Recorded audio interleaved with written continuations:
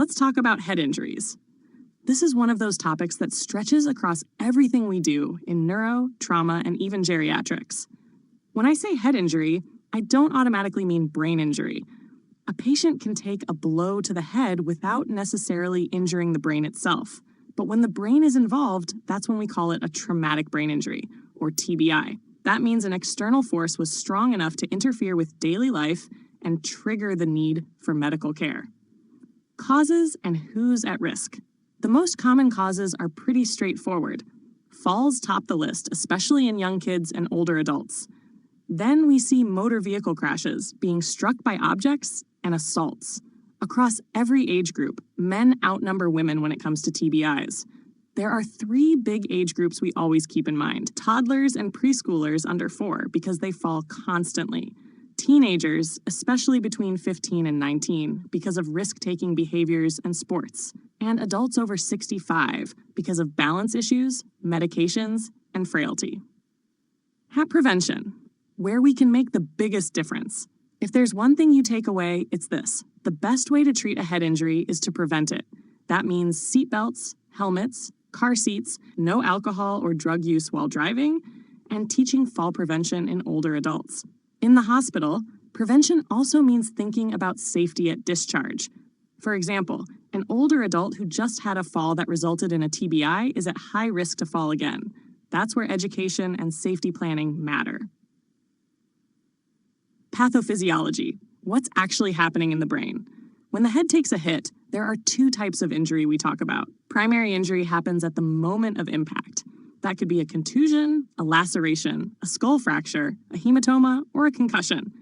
Sometimes the brain gets yanked around inside the skull and axons get torn. We call that a diffuse axonal injury, or DAI. Secondary injury is what unfolds later, hours to even days after the trauma. And this is where we, as healthcare care providers, can make the biggest difference. Secondary injury happens because the injured brain isn't getting enough oxygen or glucose. The result? Swelling, bleeding, seizures, vasospasm, or systemic problems like hypotension, hypoxia, fever, and electrolyte imbalances.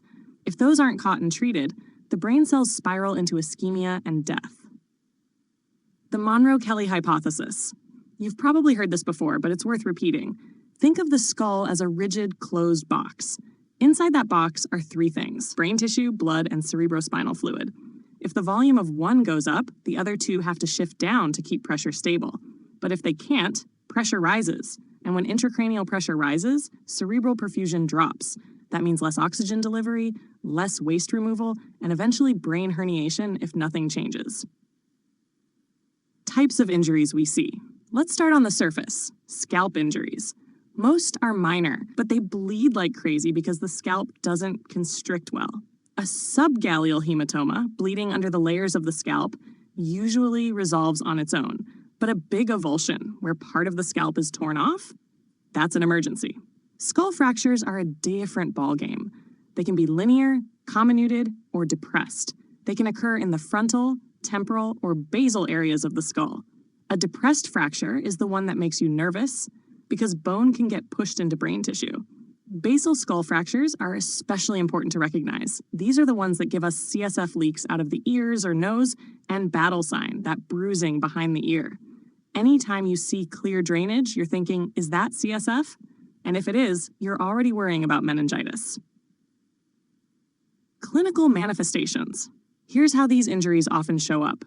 Localized, persistent pain suggests a fracture.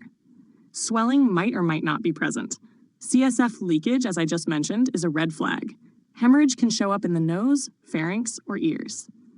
Subconjunctival hemorrhage, blood under the eye, is another clue. Students always ask, how do you know it's CSF and not just regular drainage? One way in practice is the halo test, where CSF separates on a gauze pad into a clear ring around the blood. Special populations. Veterans often come in with blast-related injuries. These are unique because the mechanism isn't just blunt force. Blast trauma creates 4 levels of damage. 1, primary from the pressure wave. 2, secondary from flying shrapnel. 3, tertiary from being thrown against objects. 4, and quaternary from burns or crush injuries. Even though the mechanism is different, we treat them the same way we treat blunt TBIs.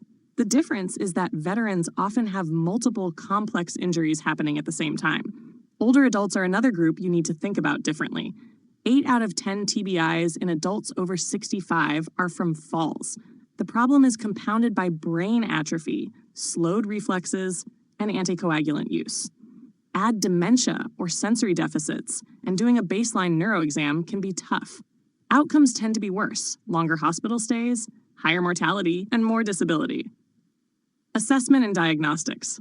When we suspect a head injury, the first-line imaging is a CT scan. It's fast and it shows us fractures and bleeding.